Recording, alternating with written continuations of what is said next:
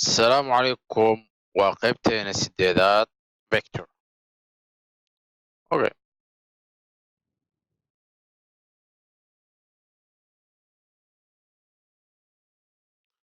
وقيبتين السديدات مانتا maxaan baran doonaa waxaa baran doonaa sida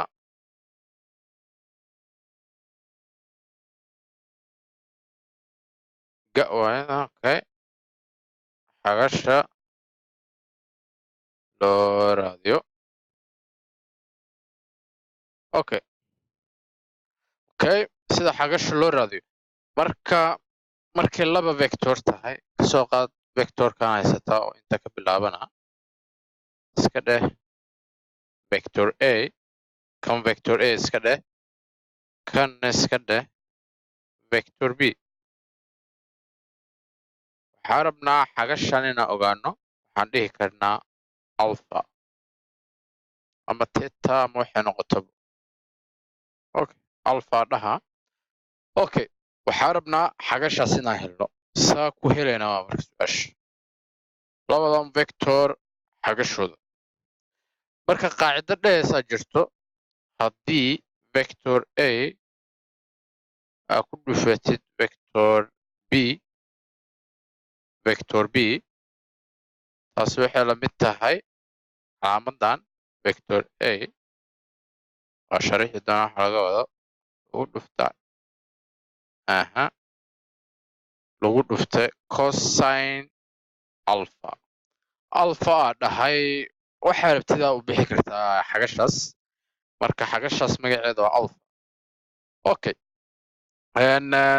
saas ee noqotay marka maxaa sameynaa marka maxaa ka wada haddii aan ku dhaho calaamadan waxay ka dhigan tahay haddii aad ku dhahsaan waxaa ka wadaa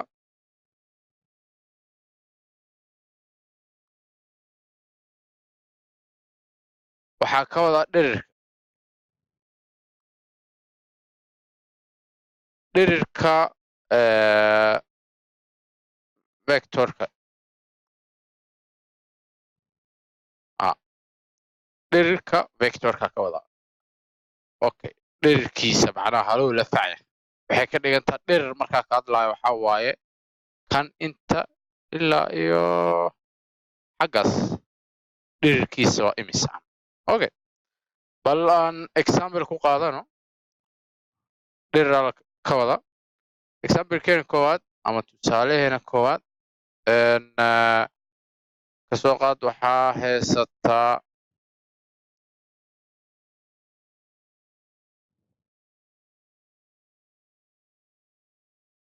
a vector waa kasoo qaad a vector waa haddii aa coordinate system isticmaalayo a vector waa saddex b vectorna waa kasoo qaad ewer saddex example iska soo qaadanayna markii aa raadinaysid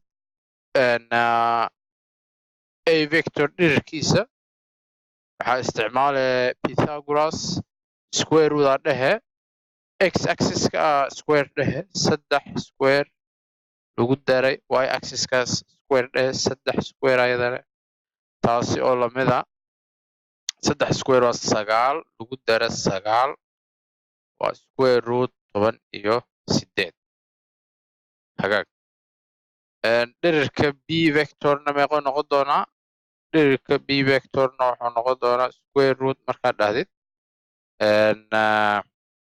x axis-ka square waa ever square lagu daray saddex square oo square root sagaal ever lagu daray sagaal waa sagaal oo saddex aa helays.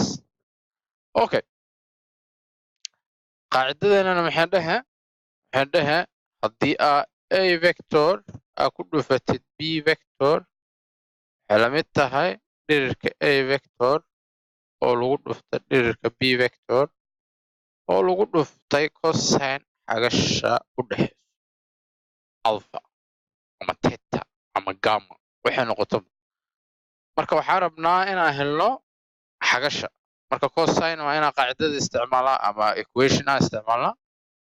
Cosine alpha waxay la mid tahay a vector lagu dhufta b vector loo qeybiyo dhirirka a vector lagu dhufta dhirirka b vector. marka waxaan sameynaynaa a vector waa ognahay 3.3 lagu dhuftay eber dhibic 3 loo qeybiyey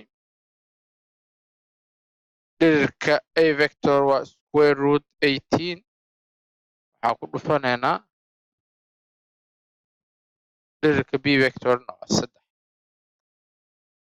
marka inta waxaa ku helay jawaab 3 lagu dhuftay eber lagu daray 3 lagu dhuftay 3 waxaan u qaybinaa 3 square root 18.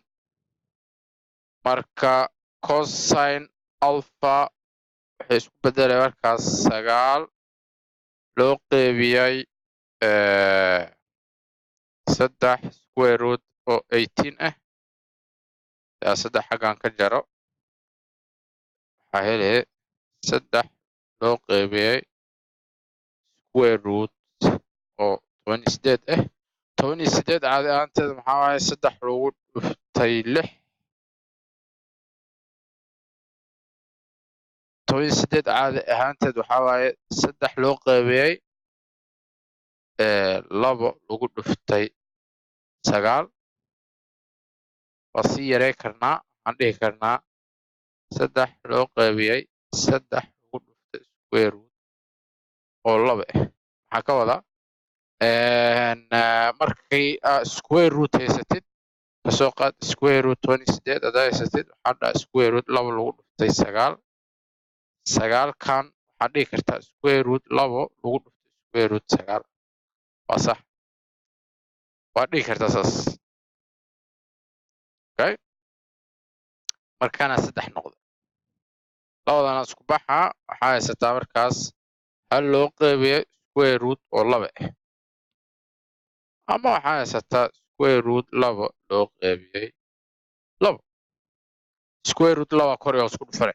marka xagasha waa maxay xagasha waxaa dhahay markaas alpha waxay la mid tahay cosine oo saas ah cosine inverse waa ma ogta inverse 2 square root 2 loo qeybiyey 2 jawaabtu waxay noqotay 45 degree. jawaabtu 45 kor waa ka kasaa calculator waa isticmaali doontaa insha allah. okay ma u baahnid inaa kor ka kasaysid laakiin waa 45 degree. okay